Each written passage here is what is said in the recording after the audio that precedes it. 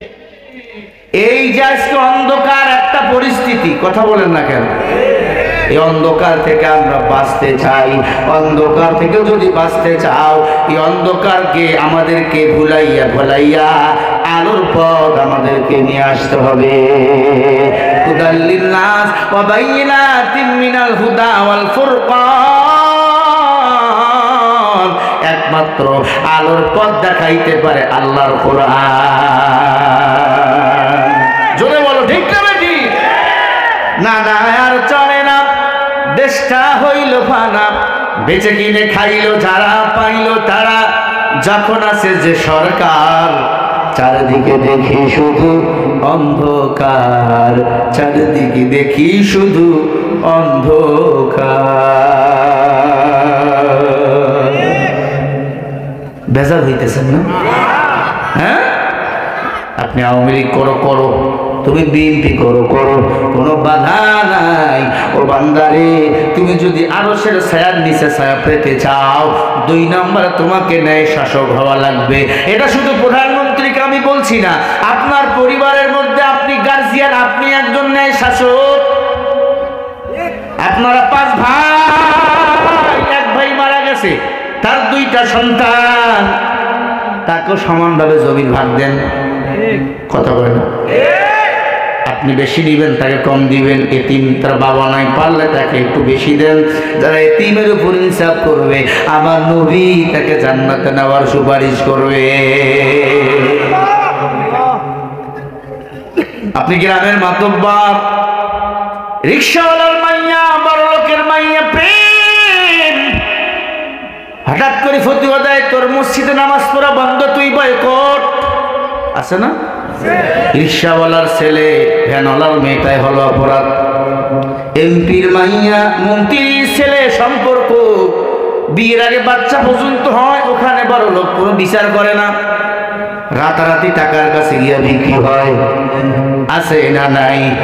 আল্লাহর কসম, হে বিচারক, তোমাকে আল্লাহর আদালতে অবশ্যই দাঁড় হওয়া লাগবে। তুমি যত বড় মুসলমান দাবি করো, তুমি মুসলমান নও, কারণ মুসলমানের হাত ও জবান দ্বারা অন্যের কোনো ক্ষতি হতে পারে না। এই সমস্ত কুলাঙ্গর বিচারক আজকে মসজিদের সর্দার হয়, মসজিদের সভাপতি হয়, মসজিদের সেক্রেটারি হয়, ইমাম না থাকলে নামাজ পড়াতে পারে না। মাঝে মাঝে ইমাম কোরআন থেকে বয়ান করলে হুমকি পর্যন্ত দেয়, সূর্য ডুবার আগে চাকরি চলে যায়। তোমার মতো ইমাম যদি, তোমার মতো সর্দার যদি, মুয়াজ্জিন যদি, তোমার মতো টাকাওয়ালা সেক্রেটারি সভাপতি যদি মারা যায়, আল্লাহর কসম ইমামের 1 বিন্দু চোখের পানি পড়বে না। অনেক মসজিদের সভাপতি আছে, রমজান আসার পরে রোজা রাখে না, কই গ্যাস। হ্যাঁ, আছে না নাই? তুমি রমজান এলে রাখো না রোজা, দিনকে করো ভাত, পয়সা করি নেই তো অভাব, দাও না তো যাকাত। তুমি ইমানদারির বড়াই করো, নেই তোমার ঈমান, তুমি এমন মুসলমান, কেমন মুসলমান তুমি, কেমন মুসলমান। নামাজের সাথে নাই পরিচয়, মানো না কোরআন, তুমি এমন মুসলমান। তুমি ঘুষের টাকায় রাশাদ করো, ঘুষও ছাড়ো না, দিন দুঃখী না খেয়ে মরে খবর রাখো না। আছে না? বড় ভাই টাকার পাহাড়, ছোট ভাই ভ্যান চলায়, তোমার টাকা দিয়ে কি হবে? তুমি ঘুষের টাকায় রাশাদ করো, সুদ ছাড়ো না, দিন দুঃখী না খেয়ে মরে খবর রাখো না। তুমি ঘুষ খেয়ে বিচার করো, সাজিয়া প্রধান, তুমি এমন মুসলমান, কেমন মুসলমান তুমি, কেমন মুসলমান। নামাজের সাথে নাই পরিচয়, মানো না কোরআন, তুমি এমন মুসলমান। আছে না নাই? আপনারা কথা বলতে ভয় পাচ্ছেন, ঠিকঠাক বলতে পারেন না? আছে না নাই? তুমি নবীর উম্মত দাবি করো, সুন্নাহ মানো না, নবীর অপমানে তোমার হৃদয় কাঁদে না। তুমি বিজাতীয় সংস্কৃতিতে শুভেছ পরাণ তুমি এমন মুসলমান, কেমন মুসলমান তুমি, কেমন মুসলমান। নামাজের সাথে নাই পরিচয়, মানো না কোরআন তুমি এমন মুসলমান। যে নামাজ পড়ে না সে কখনো মুসলমান হতে পারে? হুজুর ঠিক আছে তো? সাহাবা ইকরাম বলে হুজুর আপনি বলেন মুসলমান কার? নবী বলে সোজা কথা, যে নামাজ পড়ি। আর যে নামাজ পড়ে না সে হলো কাফের। সে কি? জোরে বলেন। বলবেন হুজুর আলহামদুলিল্লাহ আমি ঈদের নামাজ পড়ি।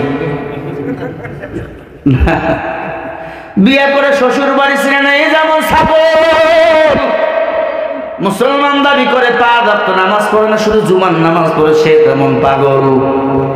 কথা বল না কেন ভাইরে? 5 ওয়াক্ত নামাজ ফরজ করেছে আমার আল্লাহ। 5 ওয়াক্ত নামাজ যদি আদায় করে নাও, আল্লাহ পাক ওই জান্নাতের মালিক তোমাকে আমাকে বানিয়ে দিবে। ফামান কানা ইয়ারজু লিকা রাব্বিহি ফালইআমাল আমালান সালিহান ওয়া লা يشرك بعبادة ربه أحدا।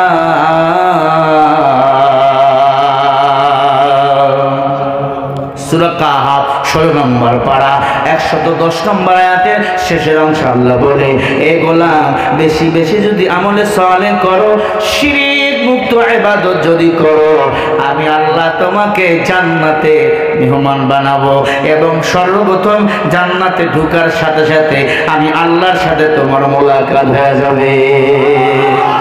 জান্নাত কে দিবেন? জান্নাত কোথায়? টাঙ্গাইলে, মানিকগঞ্জে আছে, ঢাকা সাভার, কোথায় জান্নাত? হ্যাঁ, এ আল্লাহর বান্দা, মায়ার নবী আমার বলে আমি যখন মেরাজে গেলাম জান্নাত দেখলাম। দেখছেন? সুবহানাল্লাহ বলে না? কোথায় জান্নাত একটু ভালো করে শোনো। সারা জীবন জান্নাত যেতে চাই, জান্নাতের পরিচয়টা নাও। আল্লাহ নবী বলে আমি যখন প্রথম এই জমিন থেকে বাইতুল মাকদাস থেকে আমি যখন রওনা করলাম, আমি আর দেখলাম প্রথম আসমান থেকে দ্বিতীয় আসমানের দূরত্ব 500 বছরের রাস্তা, দ্বিতীয় আসমান থেকে তৃতীয় আসমানের দূরত্ব 500 বছরের রাস্তা, তৃতীয় আসমান থেকে চতুর্থ আসমানের দূরত্ব 500 বছরের রাস্তা, চতুর্থ আসমান থেকে পঞ্চম আসমানের দূরত্ব 500 বছরের রাস্তা, পঞ্চম আসমান থেকে ষষ্ঠ আসমানের দূরত্ব 500 বছরের রাস্তা, ষষ্ঠ আসমান থেকে সপ্তম আসমানের দূরত্ব 500 বছরের রাস্তা। কয়টা হলো আসমান? হ্যাঁ, জোরে বলেন। আল্লাহ নবী ডাক দিয়ে বলেন আমি দেখলাম প্রথম আসমান আল্লাহ পাক বানাইছেন শিরের পানি দ্বারা। আল্লাহু আকবার বলেন। দ্বিতীয় আসমান বানাইছে আল্লাহ তামা দ্বারা। সুবহানাল্লাহ। তৃতীয় আসমান আল্লাহ পাক বানাইছে লোহা দ্বারা। জোরে বলেন না। চতুর্থ আসমান আল্লাহ পাক বানাইছে রূপা দ্বারা। পঞ্চম আসমান আল্লাহ পাক বানাইছে স্বর্ণ দ্বারা। ষষ্ঠ আসমান আল্লাহ তাআলা বানাইছেন ইয়াকুত পাথর দ্বারা। সপ্তম আসমান আল্লাহ পাক বানাইছে নূরের পাথর দ্বারা। নবী আমার বলে সপ্তম আসমান দেখার পর আমি নবী কাঁদতে কাঁদতে জানে আমি আর উপরে গেলাম। আমি আর উপরে যাওয়ার পর দেখ শুধু পানি পানি আর পানি আর পানি। কিসের পানি? ফেরেশতারা বলে আমার আল্লাহর কুদরতি পানি। বান্দার যখন পানি দরকার হয় ওই ফেরেশতা তখন পানি দুনিয়াতে পাঠিয়ে দেয়।